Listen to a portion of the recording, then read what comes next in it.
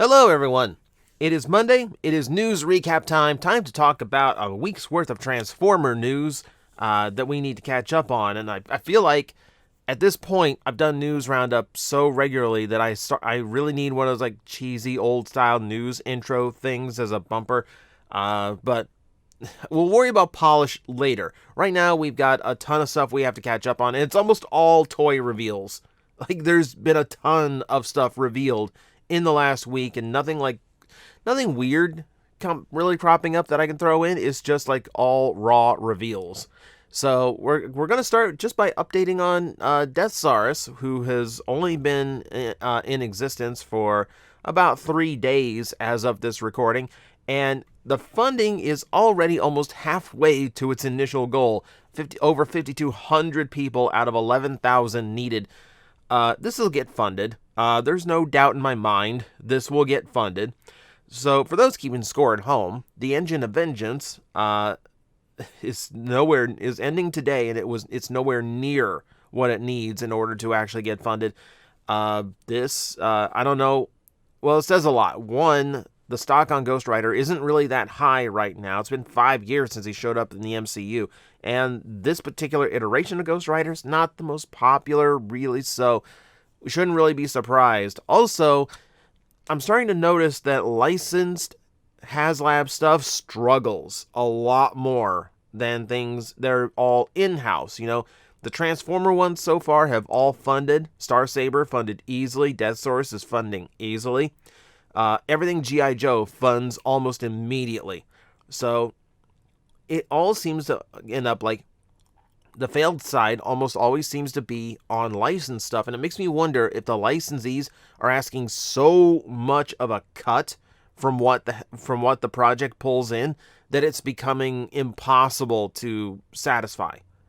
You know, whereas like licensing fee when you're doing like 100,000 copies of something, you can spread that out across every figure, so it's literally pennies per figure.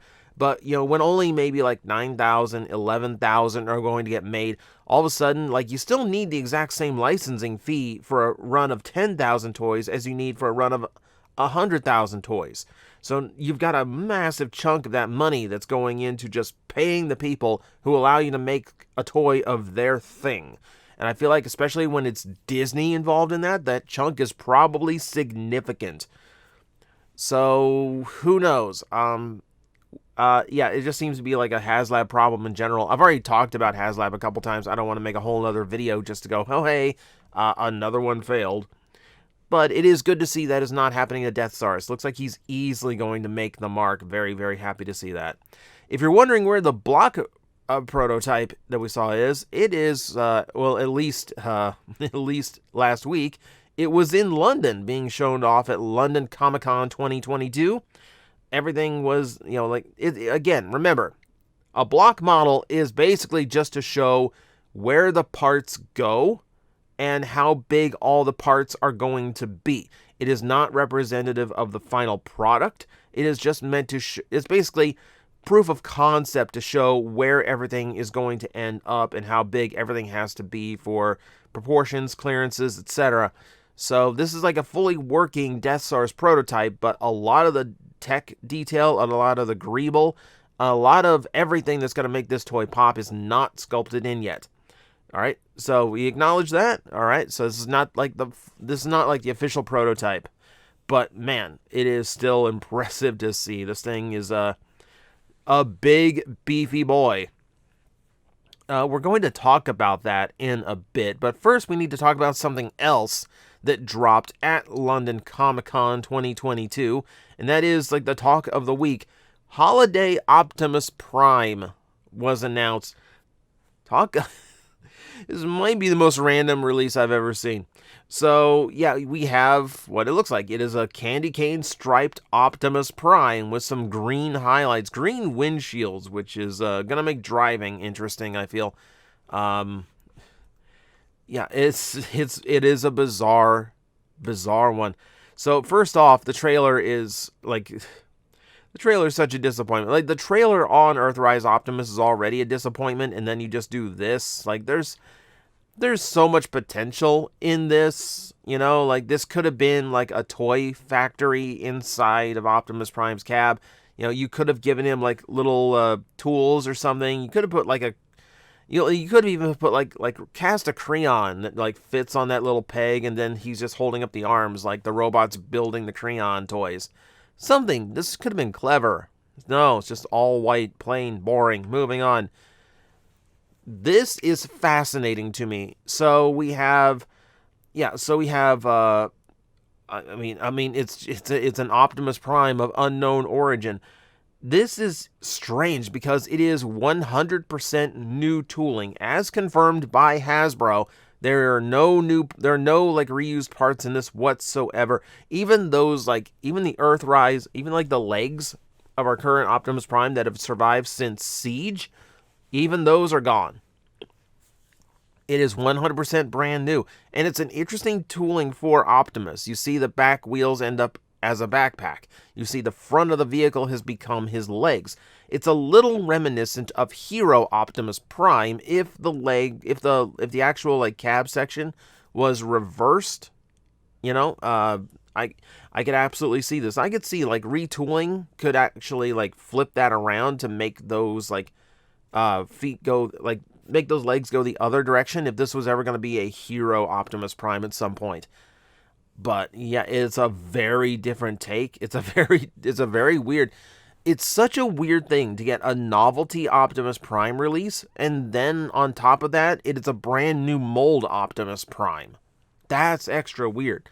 So the speculation here is that this was originally the listed Amazon Optimus Prime that we had heard myth and legend of. It showed up in a listing is what happened.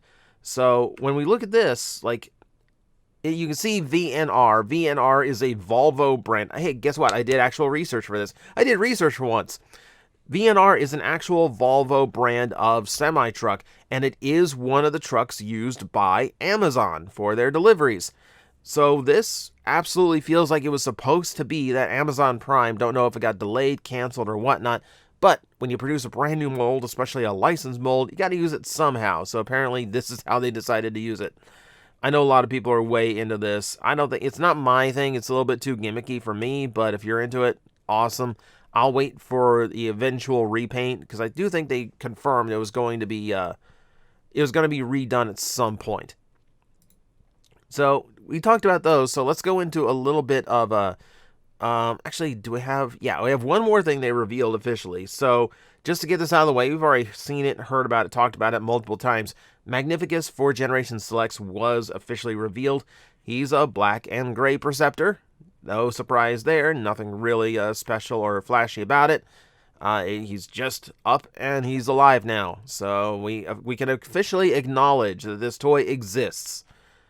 Well overdue. Now let's talk about some of the behind-the-scenes stuff that they actually discussed at the panel.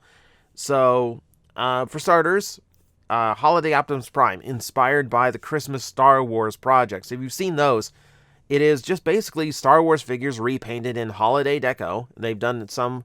They did like werewolf Wookiees for Halloween. They're doing. I saw C-3PO in like Christmas colors. They usually come with a little extra accessories to kind of emphasize it a little bit. So, you know, it's a gimmicky thing, you know, but there are people who are into that kind of figure. So, more power to them. But yeah, it's a Transformers time to have one of those. Let's see. Yeah, so it was work. Yeah, so apparently it was worked on from the original design, from the designers that have moved on from G.I. Joe started it. The new designers finished it. So we got kind of a cross between the two. Took inspiration from the Marvel UK Optimus Prime holiday comic, including a green matrix of leadership. Let's see, Gen selects Magnificus, first selects release for 2023. Not a surprise. Here's the big one. Deathsaurus was originally planned to be released in the main Legacy line. It was upgraded as a Haslab in order to get the character's size right and be able to sculpt it to be accurate to Victory Saber.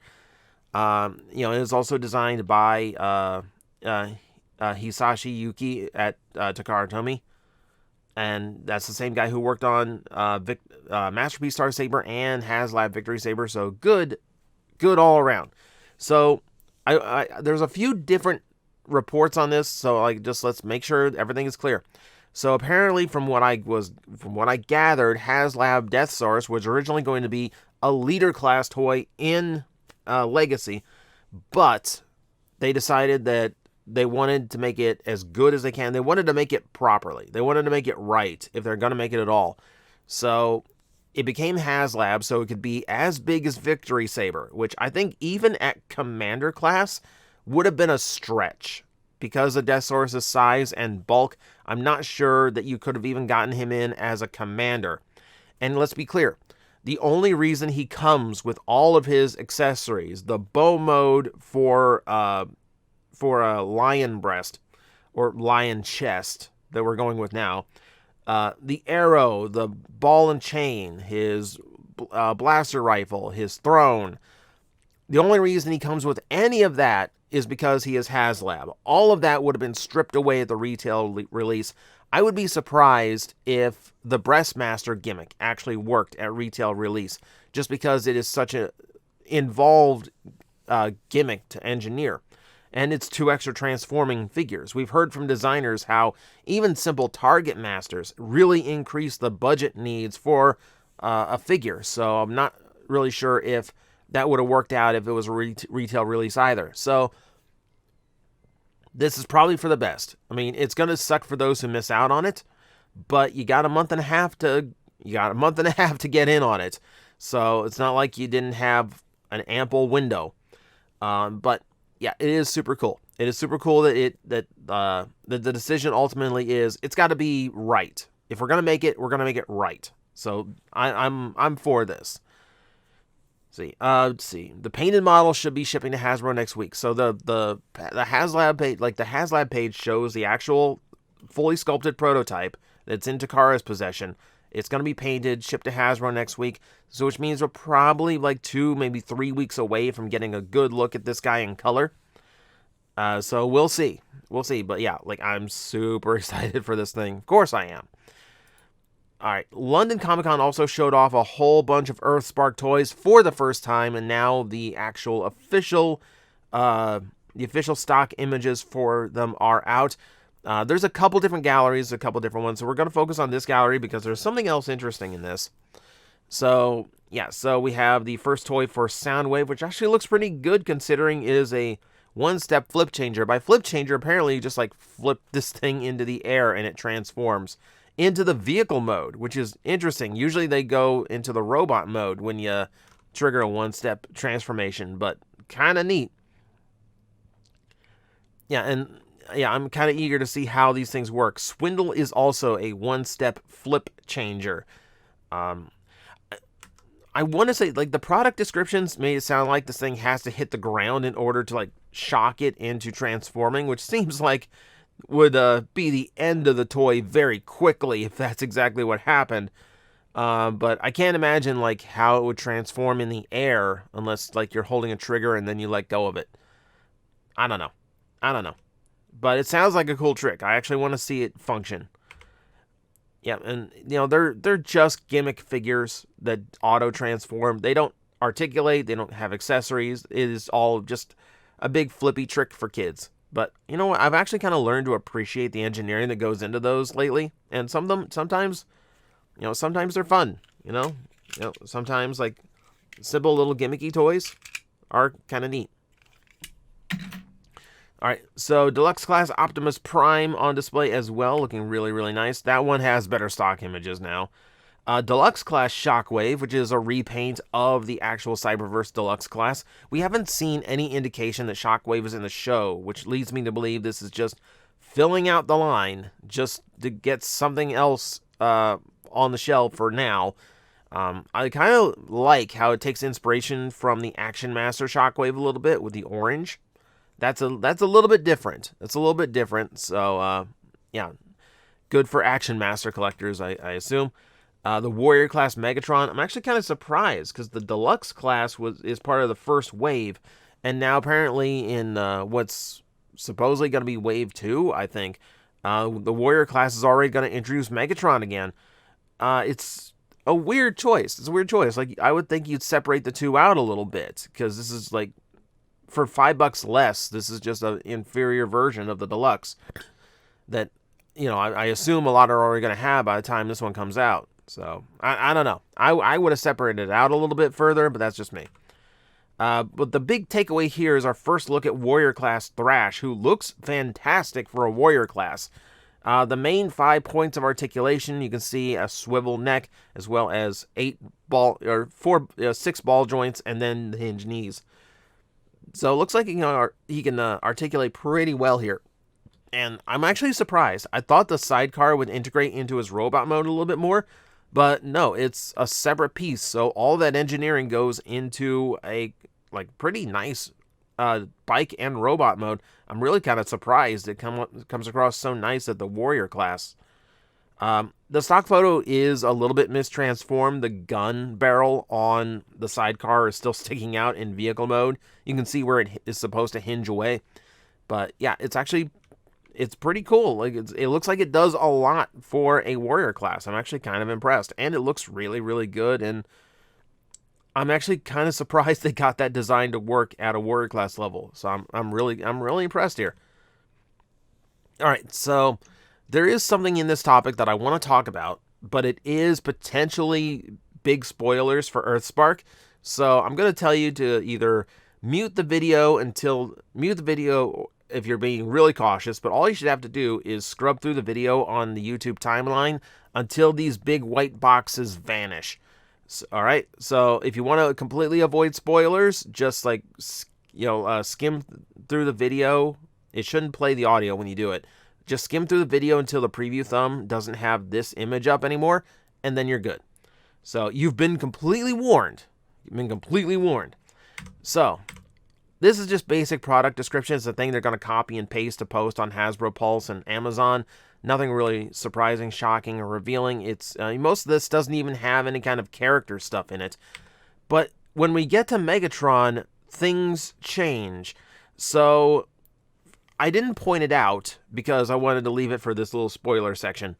I didn't point it out, but the Warrior class Megatron does not have the Ghost faction symbol on him.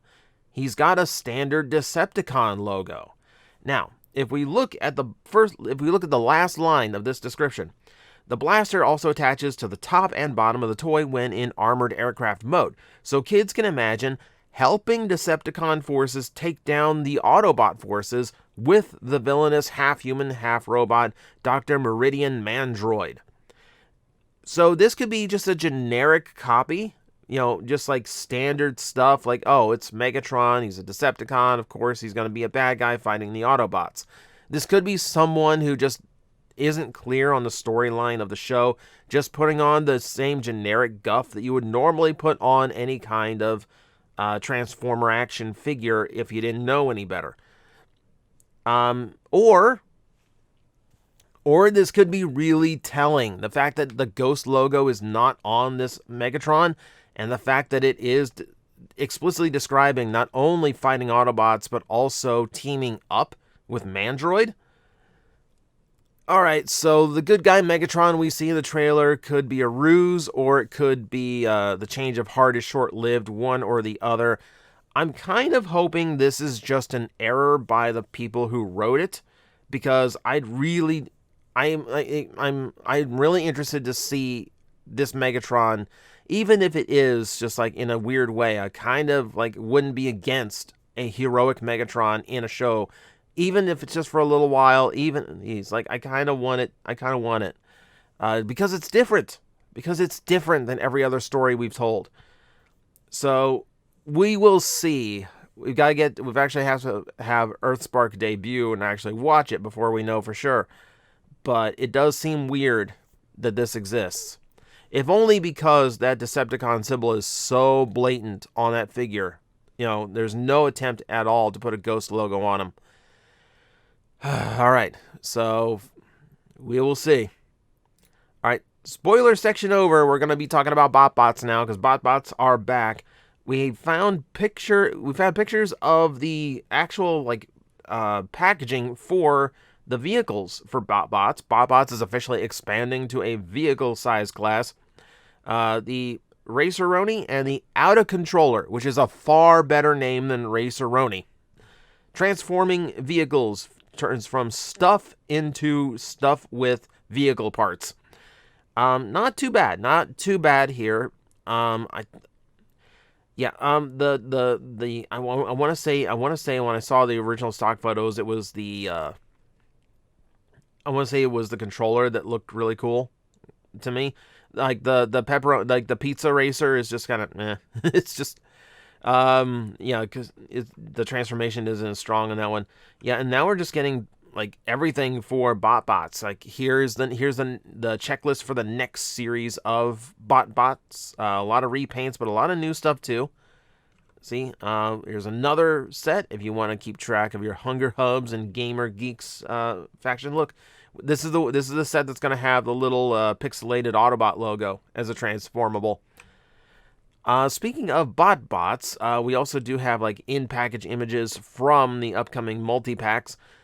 The disheartening thing to this is that they are doing the same thing they did before, which I think everyone hated, but they're still doing it for some reason. So here's the custodial crew in 2 different packs, and both packs have not only the caution sign, but also the piece of poop.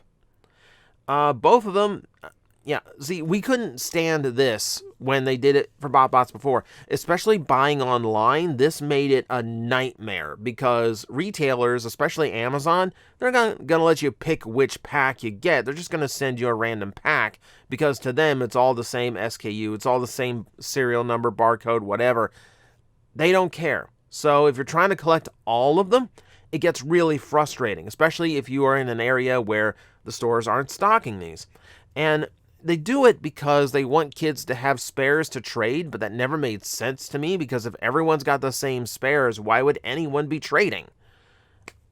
I don't know. Like, I like BotBots. Like, they're cute, and every now and then there's a few that are like really clever. I have a few BotBots I really, really like. It's Halloween, so I've dug the jack-o'-lantern out for my desk. But I really do wish this was done a little bit differently, because I wouldn't mind like collecting a few of these. Yeah, I'm looking at the Pet Mob now. I don't think the Pet Mob actually recycles anyone, which makes it all the more confusing that the other set does. So like those I would be fine getting online. Those are a little bit safer. But yeah, I don't know. I'll approach this the same way I approached BotBots before, which is just kind of eyeball it and go, okay, that one's neat. I'll get this pack. But hopefully it's not as nightmarish to collect as it was before for completionists. All right, let's move on. We have someone got their hands on the Bumblebee G.I. Joe crossover figure. And now we actually have good in-hand shots and comparison shots, and he's a big boy.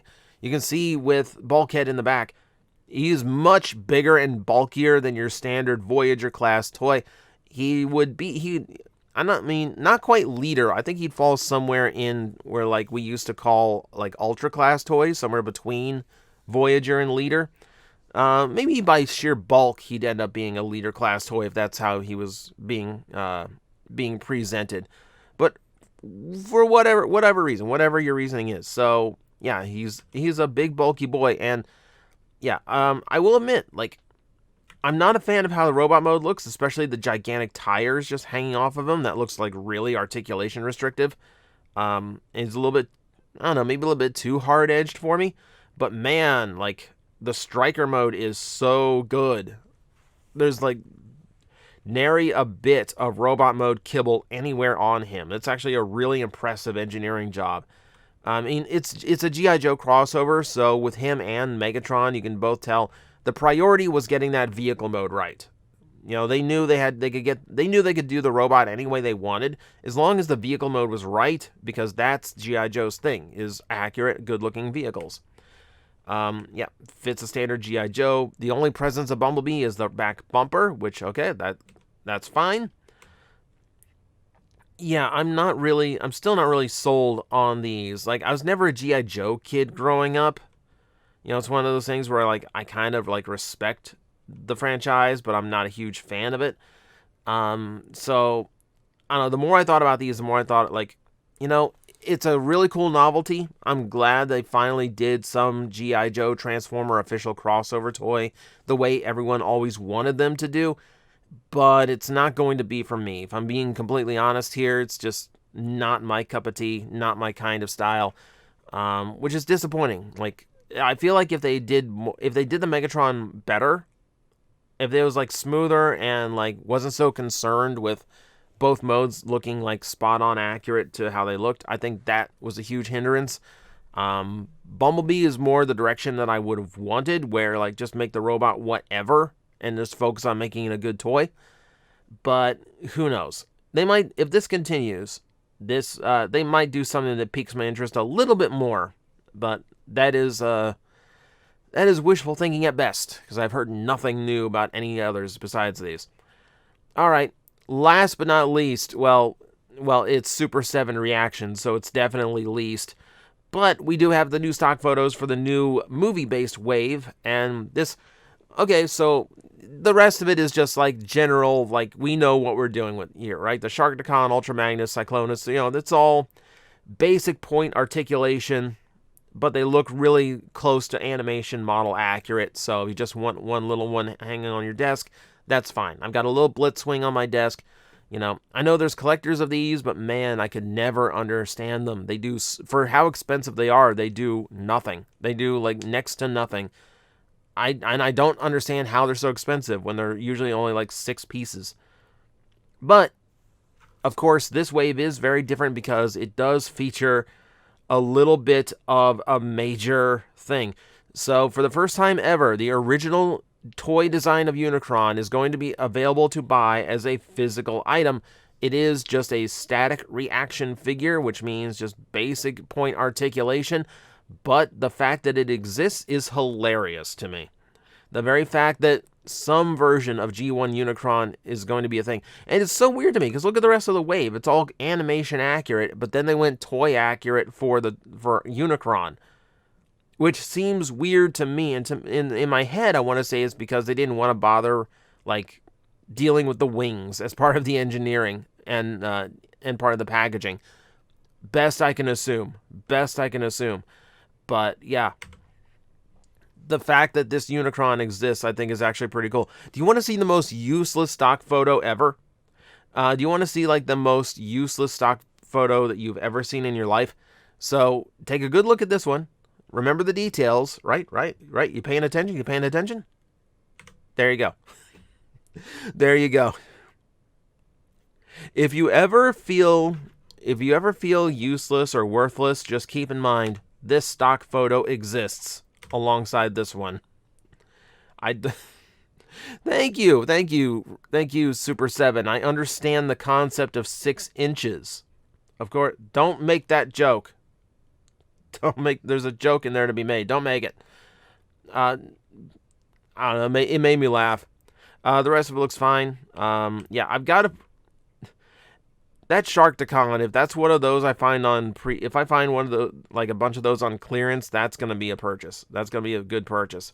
I do have Unicron and this Quintesson on pre-order because I love me a good Quintesson, and this will be a nice little desk-sized one. But yeah, beyond that, like, I'll be honest, it's the first time that Super 7's reaction line has ever gotten an interest out of me. But that is my news roundup for the day. Man, that went way longer than I thought, because we had a ton of new toys to talk about. So, thank you if you stuck around this long. Thank you. Thank you very much. I know it's a long, wordy one, but that's what happens. Some weeks just have a ton of things to talk about. But thank you for watching. Thank you for sticking around for a half hour out of your day. I do appreciate the time and energy you put into me, whether it is a pitch in on Patreon, click on my affiliate link to Entertainment Earth, where you can get 10% off, or if it's just like being here. I appreciate it all, and you guys are what keep me going. So thank you very much, and I will see you next time. Guys, I am facing the most powerful enemy any YouTuber can face, the algorithm, and I need your help to defeat him. hit the like button, hit the subscribe button, hit the notification bell, and leave a comment. Every time you do, we attack that algorithm and we drive it back until it can no longer defeat this channel. Thank you very much.